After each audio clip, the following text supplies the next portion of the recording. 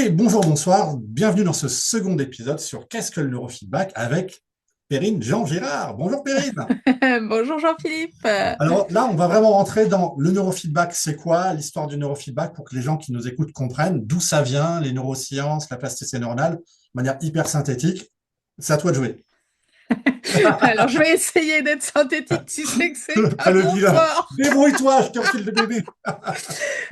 Non, si, j'avais réussi à faire un mini podcast de 4 minutes, je crois, vraiment Ouais. juste pour expliquer ces deux psychologues américains qui travaillaient avec le neurofeedback linéaire, qui ont eu l'idée brillante de rendre ça dynamique et donc de passer d'un entraînement cérébral symptôme par symptôme avec quelque chose où il faut être conscient, où il faut travailler dur pendant 10 sessions de protocole par symptôme, voire 20, voire 30, à quelque chose où, ah, mais si on laissait faire le cerveau tout seul pour qu'il retrouve son équilibre général. Et donc, ils ont inventé Neurooptimal il y a 25 ans, puisqu'on fête quand même cette année, l'année dernière déjà, ça y est, on est en 2026, Jean-Philippe, on fêtait les 25 ans de Neurooptimal.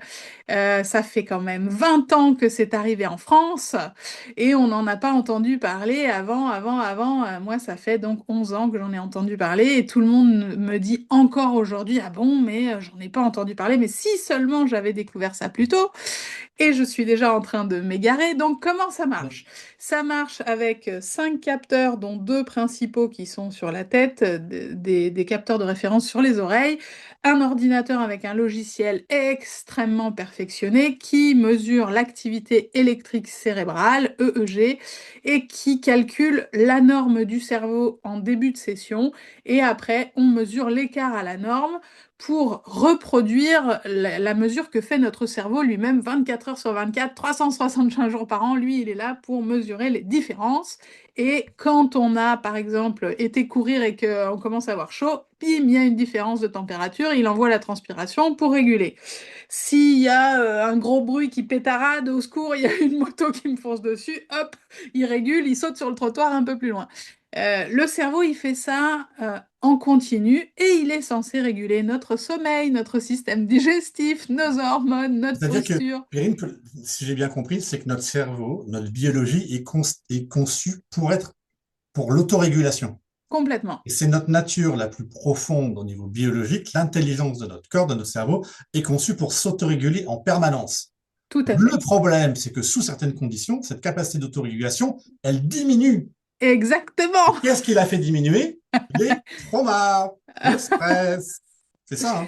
Alors, il y a beaucoup de choses qui font diminuer, pas que le stress et les traumas, hein, il suffit de moins bien dormir pour que tout de Ouais. suite, ou moins bonne qualité de sommeil, il suffit qu'on ait une mauvaise alimentation, il suffit qu'on ait un accident, un choc aussi physique, il suffit de plein de petites broutilles que nous vivons tous au quotidien, hein, un jour ou l'autre, une surcharge cognitive, effectivement.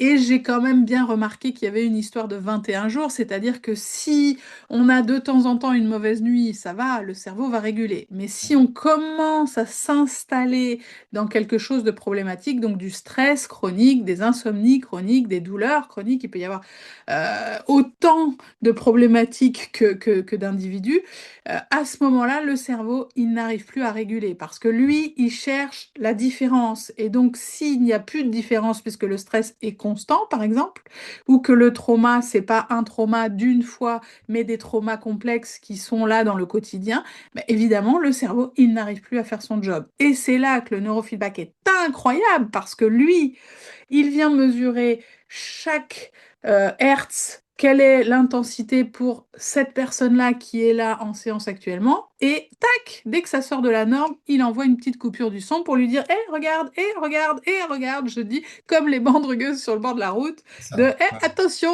tu sors de la route, ou peut-être que tu étais en train de rouler sur le bas-côté et tu es enfin en train de revenir sur la route.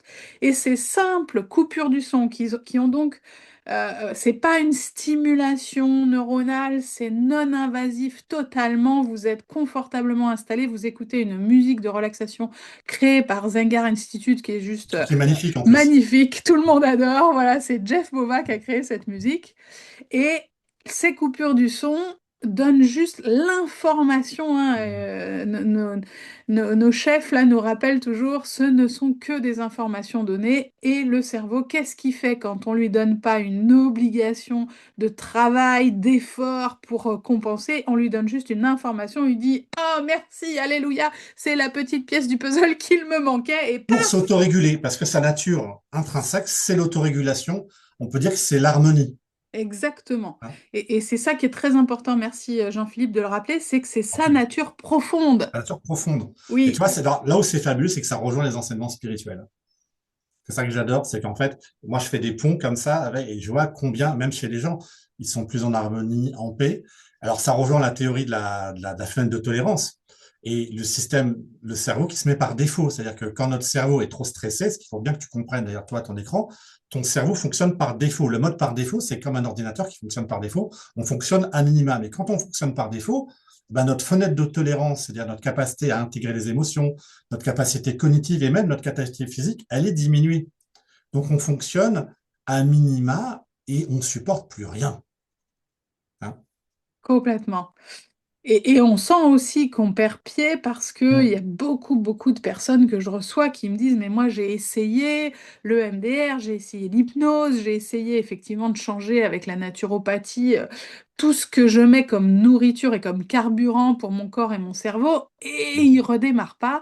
Et Et c'est non. là que on a certaines personnes qui ont vraiment l'effet waouh, Mm. pardon, à la première session. Il y en a d'autres, ça vient pas à la première, hein. Il faut un peu plus de temps pour que Ouais, le ça cerveau se faut remette en quelqu'un. route. Ça. Eh ben, je te remercie, Périne. Avec On se plaisir. retrouve pour le prochain épisode, le neurofeedback pour qui